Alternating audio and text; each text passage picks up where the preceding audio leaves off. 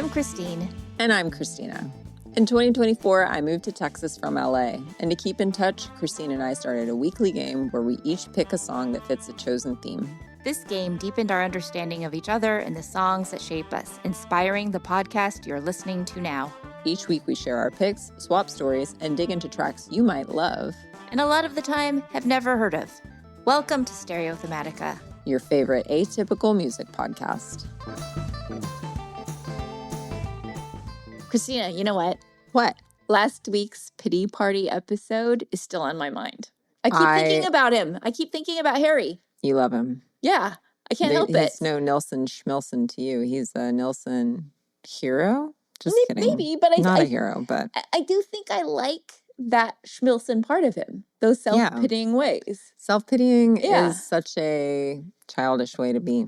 Yeah, no, it's... You think? I think so. And it's funny because, you know, when we talked about him, I don't know if we said this, but he's kind of a man-child, right? Agreed. Okay. Agreed. But I think there's a lot of people who are successful because they have, like, maybe it's more musicians or actors, I don't know, but just like a capability to, I don't know if it's to not take yourself too seriously, but I do think it's kind of that tapping into your inner child.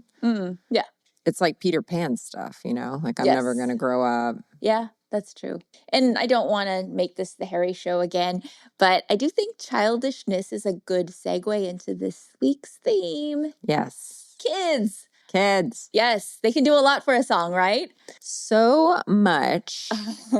But I also, I want to talk about this, and I'm wondering if you're already thinking about it. Mm-hmm. Kids who start their own bands versus kids who are forced into being in bands. Oh, I wonder who you're talking about. Well, we'll get to it. Tell me about your kids' features on songs. I mean, I think one of them actually you featured in our Put It in a Letter episode, Dear God. Heck yeah. And that kind of like made that whole song maybe heavier. I don't know. Yeah. I think a little bit, but I think it was the thing when I heard it as a child that made me relate to it. And I'm sure I talked about that when we recorded. But also, did you watch the video? Oh, yeah. And the weird little kids singing? Yes. No, that's weird. It's kind of creepy. Yeah. I kind of remember getting into a whole conversation about how creepy kids are. Yes, and kids are creepy. As a whole, real. not I was individuals. A creepy kid. Oh, yeah. Well, yeah, maybe individuals in some cases.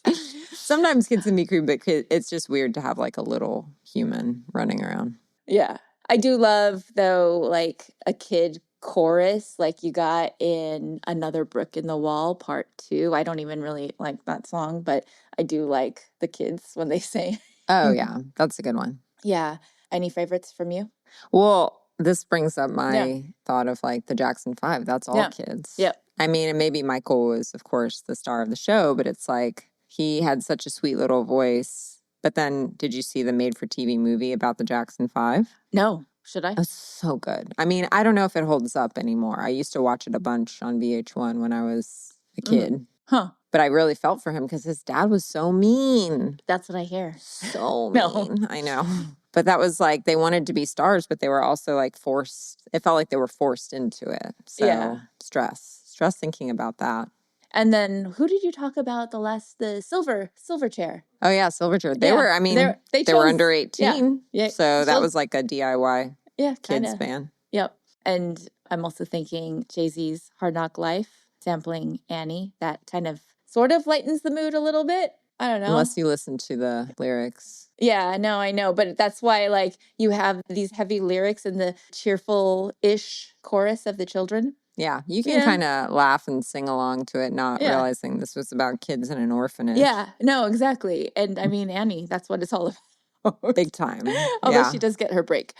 I know Paper Planes, the chorus in there. Is that kids singing? I think so. I'm pretty sure. Oh, interesting. Yeah. I'll have to check that one out. Kind of a dark one there too, right? Yes, for sure.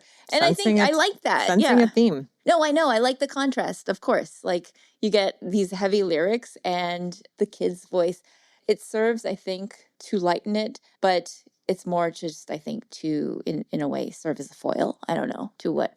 And then, of course, there is your guy, the Smiths, Morrissey, and Panic. Hang the DJ? Yeah, that might actually be my favorite of the Smith songs. I love that we've picked 3 songs featuring children. Wait, 4 even. Yeah. 5. My God, they're all sinister. Oh, yeah, for sure. Is that on purpose? Did you do that on? No, I have a lighthearted one. I mean, those are the ones that just stand out. What is yours? DANCE by Justice. Do you know that one? There's I don't think so. I think it's only children singing, actually. It's a Bloghouse song. It slaps. Oh my God. But it's just like, do your dance, kids singing. Huh, that sounds like fun. I'll listen to that. It's actually the solve we might need after everybody listens to these truly depressing other songs.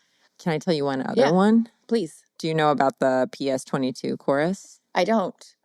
It's so cute. I'm usually not somebody who's like, kids, oh my God, so cute. I mean, I think it's important that I will at least acknowledge child-free by choice. Love that for me. Yes. But I'm not a freaking monster. Like, I do think kids are, I was a kid once, I can relate. But it's like a public school in, I think, New York. And there's this badass music teacher, and he teaches kids to sing a lot of pop songs, but also some, rock and some other. Yeah. It's so cute. And I'm going to link to their YouTube channel because there's some of these videos they posted that have gotten 17 million views and whatever. But I mean, he just every single year gets a new group of kids and they sing, and it's incredible. They've definitely gone viral. So nice. Introducing the youth to good music. No, I'm excited to listen to that. Yeah. Watch that. Well, I definitely enjoy it when kids bring a burst of energy to something. And that's really what my pick, Stand on the Word, is all about. That's not good Lord what? That's not good Lord what? That's not good Lord what? That's not it what? That's not good Lord what?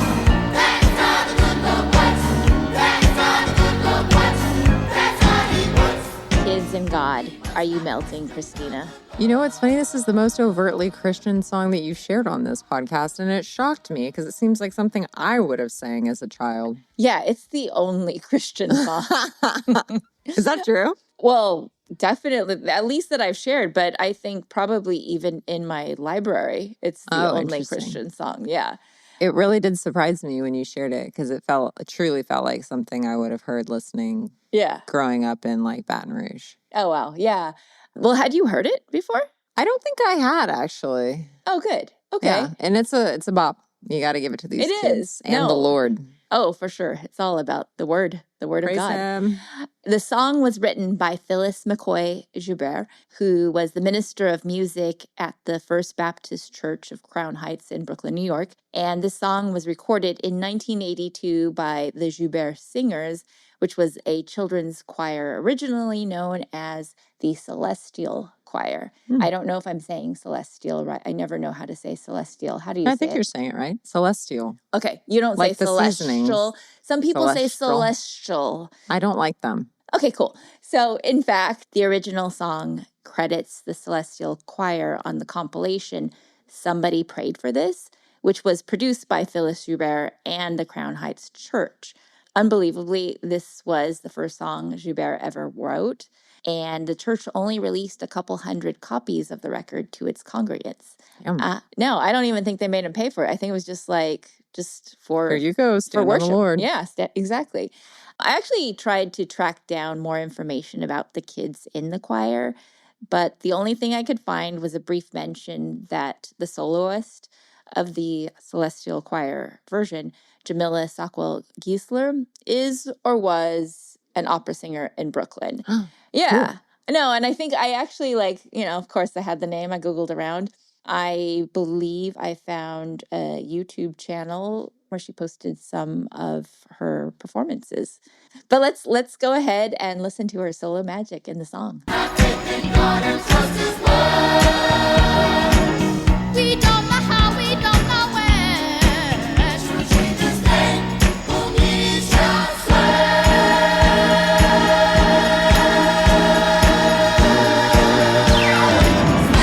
Now, you might be wondering how a worship song came into my orbit. Correct. Yes. And I'll get to that in a second. But first, I want to talk about how it made its way into the 80s disco and house scene. Is that a surprise to you? I mean, a little bit. Yeah. Okay. Yeah. So there's like this incredibly informative article from the Red Bull Music Academy written by Aaron Gonscher.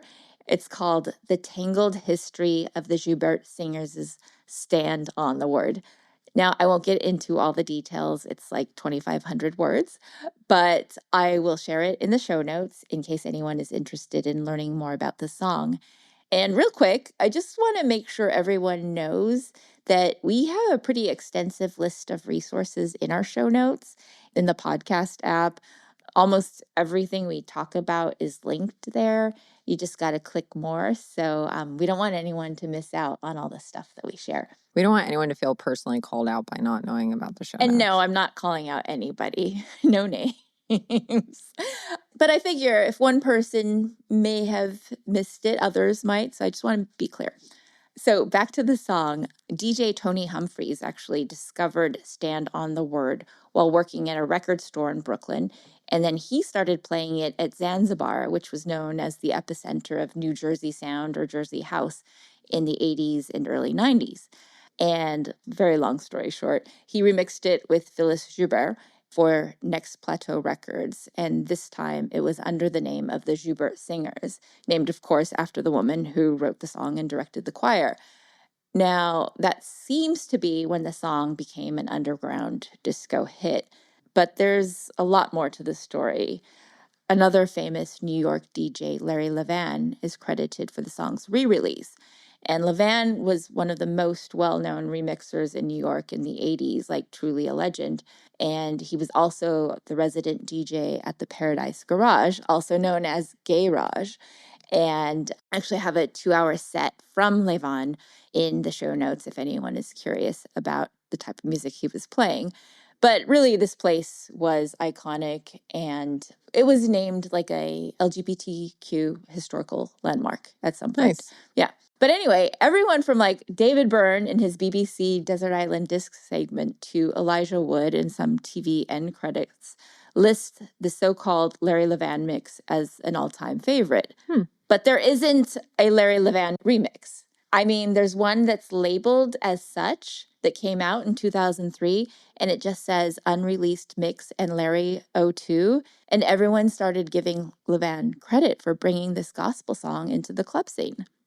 The story even says his grandmother was a member of the church, but people only started talking about this in 2003, and Levan died in 1992. So he never got, yeah, right? He never got to say anything about this. Also, the so-called Levan mix sounds pretty identical to the original. So it's almost like someone was just trying to make some money off of his legacy, knowing that people would buy it.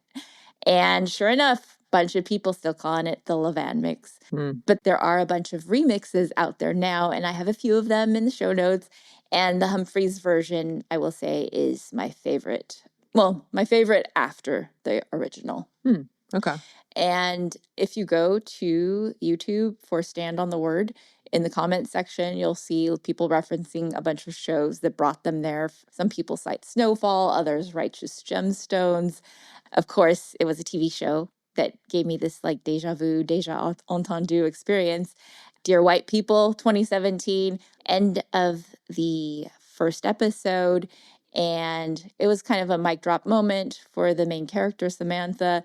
Total chills. Song comes on. Wonderful. And then at this point, I'm like, oh, this song is so familiar. Like, where did I hear it from? And now with this research with the DJ scene, especially in New York, I'm assuming maybe I heard it at like some dance party in New York, maybe Shelter.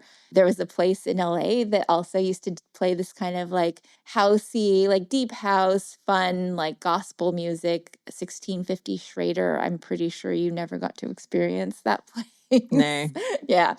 Anyway, so a couple years later, 2020, it's in I May Destroy You. It's during a flashback scene to Arabella's childhood. She goes from ecstatic because her dad brought her McDonald's to barfing because she ate too much. It's so cute. And the song's playing this whole time, and it's like totally highlighting like how she feels about her dad. Like her dad is in a way is like the Lord to her. Oh. It's very cute. And then season 2 of The Industry final like the finale's closing song when Harper gets fired for forging her college diploma.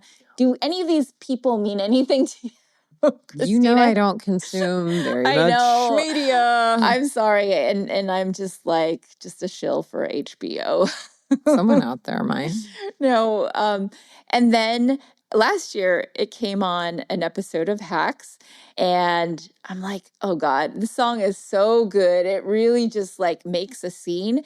So I'm like, how do I work this into an episode?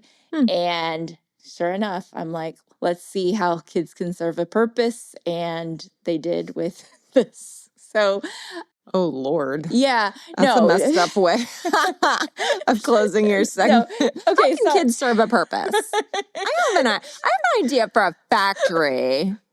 Oh no, music is better. Now, the funny thing is, I just spent this whole episode on kids and didn't really talk too much about them. That's fair. But maybe you will. And I really wonder where you're going to go with your pick. I am truly scared. Yes, and you should be scared because this is not kids stuff that we're talking about. It's not child's play. Oh, no. And if I recall, like, what a sweet, theme that you picked.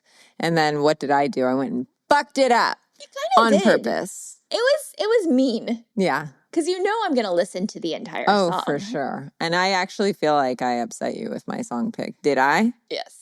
Then I'm going to take that as a personal victory. Yeah, you should. Thank you. It is kind of hard to do, but I've restrained myself so much for the sake of this game because, as you know, I'm a literal troll. I live under a bridge. I demand that people solve riddles. But like to be able to do this with a kid's song, it's not an ordinary kids band. I do want to jump in so I can give our listeners a little fright too. So here's Screamin' Demon from the very unique band Human Scab. In 10 years, I'm going to be cruising the coast, drinking my pop. I'm going to be kissing all the girls. I'm going to be singing all the rock.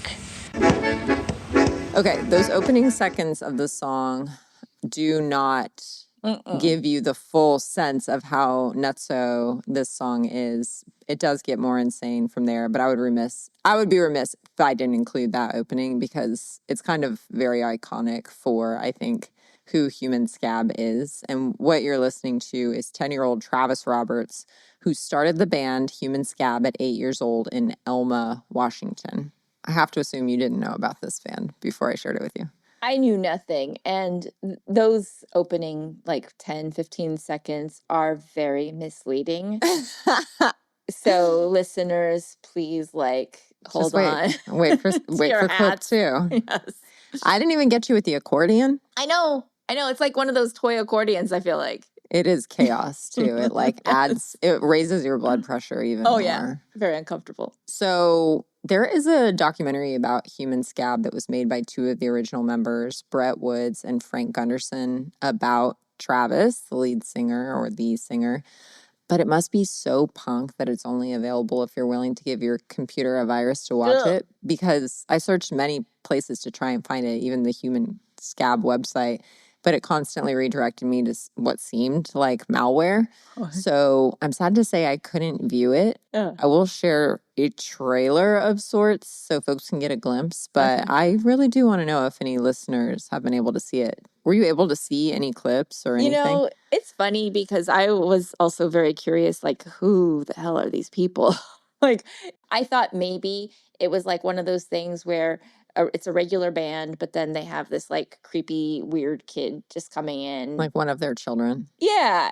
Sure. And no, this is the band. So I looked around and I do think there was a couple times I stumbled on something that looked dangerous and I decided not to click. Bail. Yeah. Yeah. Smart. I mean, I'm not prepared to fuck up my computer for Human Scab. Sorry, Travis. But just the name. I love it. And it's SKAB, which also sends me. It's more abrasive. Yeah.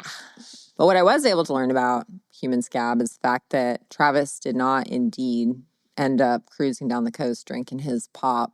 He went to war in Afghanistan.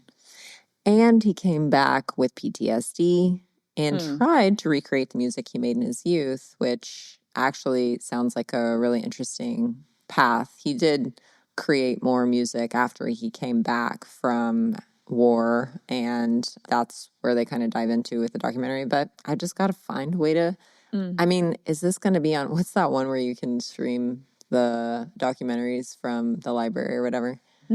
It's like called Umbrella or some shit, whatever. Yeah. Doesn't matter. As I'm sure you can guess, I found out about Human Scab in college at the radio station. Of course. Where else would one find such obscure music? But I was enchanted because, as you know, I love free-spirited children performers, but also it is punk as fuck. You just have to acknowledge that part. This is a feral child who is recording. Yes. But so the record label Family Vineyard re-released the 1986 album that this song appears on, Thunder Hips and Saddlebags, in 2010, which opened up Travis's world to a new audience of listeners and revelers. Like the screaming demon, like the screaming demon, like the screaming demon, oh yeah! Once the shadow sparks fall to the ground and set the grass on fire.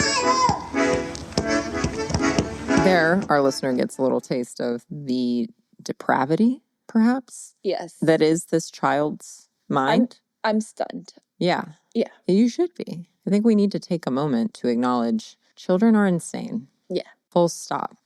Especially Human Scab. But I did find out a little bit of tidbits here and there. I found a recording from the blog Tape Findings of Travis talking about what he would do with all the money he'd get from selling his tapes. Yeah. Very sweetly, he said he would give $1 zillion to his parents and give a whole bunch of money to his aunt and grandma so she wouldn't have to get up at 6 a.m. and milk cows. Oh, So he's not evil. No, he's not. That's just a character then? Maybe. At like 8, 10? Maybe. I mean, it's 1986. Yeah. There, like I said, it's Elma, Washington, and I looked it up. Elma is outside of Tacoma.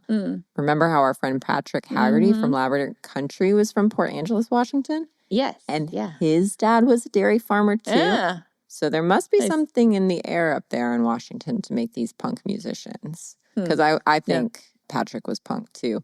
But if you think I'm joking about something in the air, read Murderland. Oh, it's wild. Really? I'm going to link to it. Yeah. Okay. Oh. Spoiler alert, it's sad.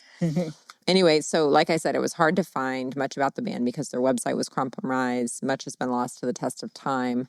But I did love this quote from the Family Vineyard website from a 1986 Spin magazine article. If Captain Beefheart were 10 years old, this is probably what he'd sound like. Oh my God. True, right? I don't know. I feel like his craziest song, Captain Beefheart's craziest song, Ice Cream for Crow, like this makes that sound like the Beatles. Sorry. That's so good. Like, put that in the Spin article. Yes. Come on. No. Oh my God. Well, the whole album is as unhinged as you can imagine a 10-year-old boy's wild rantings sound like, with tracks like Drunk and Staggering Around and We Need to Destroy the Soviet Union. You can get an idea of what the rest of the album sounds like. And I know for a fact you did not listen to the rest of the album. You got me. I got you. That's fine. But I kind of want to now. Like hearing that title, We Need to Destroy the Soviet Union. I just want to see what he does with it. Unhinged. I mean, which I appreciate because like 86, I'm just trying to think like, again, the time, the place. This was before I was born. So I'm fascinated by this. Like you have the radio and the TV and like you're in the rural country recording all this shit on like I think it was like a field recording thing. But yeah, I deeply appreciate whoever this kid's parents were for letting him have access to like a recording device. Yes. Because you know they had to help him out with this. For sure. And like this is one of those situations where you know this was like the child's idea and not them being forced. Like I don't know how I got out of it, but in order, I wanted to tell you this about the Joubert singers. Yeah. I did a mission trip with my church when I was 18, kind of against my will. But in order to raise money, they recorded an album of like praise songs. Oh, and please. I did not sing on it. Wait, why not? I don't know how I got out of it. I really don't. I remember the one girl who did, and it was that stuff like, our God is an awesome God. You know that one? No, but why did you not get to perform? I wonder, were good you question. Not good enough? Maybe I was sick that day. You've heard me sing. I know. I'm a good singer. Oh, yeah. Just kidding. That's me being no. sarcastic for the listener because they can't see my face. But did I ever tell you about my tape recorder, my little carry-around one with the microphone? I think, tell me more. I like to hear these stories. I think I have maybe even mentioned it on the podcast, but this is why I chose my roller rink background today because people would give me mixed tapes. And then I would record over with my commentary, like the Vogue. And I'm like, oh, I hear this all the time at the roller rink because I was country. But like I would narrate and like do my little shit. So I think that kind of made me, reminded me of, maybe who I am. Made me want to just constantly talk to and at people. Yeah. But it reminded me a little bit of Crazy Travis. Yeah. But way less violent, like almost no violence. But now, after hearing more about Human Scab and Travis's like wishes for his money, he sounds like a pretty nice kid. He's a sweetie. Yeah, he's a good kid. He's just like had a crazy imagination and I'm guessing a sense of humor. Had to have been a sense of humor. Yeah, right. Love that for him. But I'm glad that I kind of brought you around to Human Scab. I feel like hearing about what he would want to do with that money makes him just, I have a special place for him in my heart. And I really want to get a hold of your recordings. Oh, yeah. I've got to find it. I found a tape the other day. Who's got a tape recorder or a tape player anymore? I don't know. You can probably get. I'll go to the library. Yes. Yeah, please. Keep funding them. Yeah. Anyway, thank you for indulging me, Christine. Oh, yeah. Even though I bet this wasn't what you had in mind. It wasn't, but you delivered in trolling me as you do sometimes. So thank you. Yeah. Well, I think it's time to give you and our listeners some unsolicited advice, if you wouldn't mind. Okay. Let's hear it. Put your legs up a wall, like every day for the rest of your life, when and if possible, of course. I'm not saying all your worries will disappear, but you will at least feel like you contributed to your well-being. Please, say more. So this is my favorite way to decompress, physically and mentally. Incidentally, it's also the easiest. Even just 5 minutes does the trick. Is this the pose they tell you to do in yoga instead of a headstand, handstand, or shoulder stance if you're on your period? Exactly. Viparita Karani is a Sanskrit name for it, roughly meaning inverted practice, and it's as simple as lying on the floor with your legs up a wall or a door. And there's tons of modifications, and yes, I'll be sharing a video in the show notes. So what exactly are the benefits of doing this? Aside from releasing tension in the lower back, reducing swelling in the ankles, increasing blood flow to the head and upper body, it activates the parasympathetic nervous system, and you will feel calmer. I often do this before I go to bed, pairing it with my red light mask. Sometimes I'll just have my leg up a wall and purposely think of stressful thoughts, and they don't seem as stressful. Classic Christine. And Christina, this is specifically for you. It might even help you fall and stay asleep. Advice over. Okay, what's going on next week? Next week, we'll be doing something unexpected. Thanks for listening to Stereothematica. If you like what you're hearing, please consider a review, a rating, or sharing with a friend. And follow us on Instagram at Stereothematica, where you can share your favorite kids' songs. We've also got our infinite Spotify playlist linked in our show notes. And visit stereothematica.com for more fun.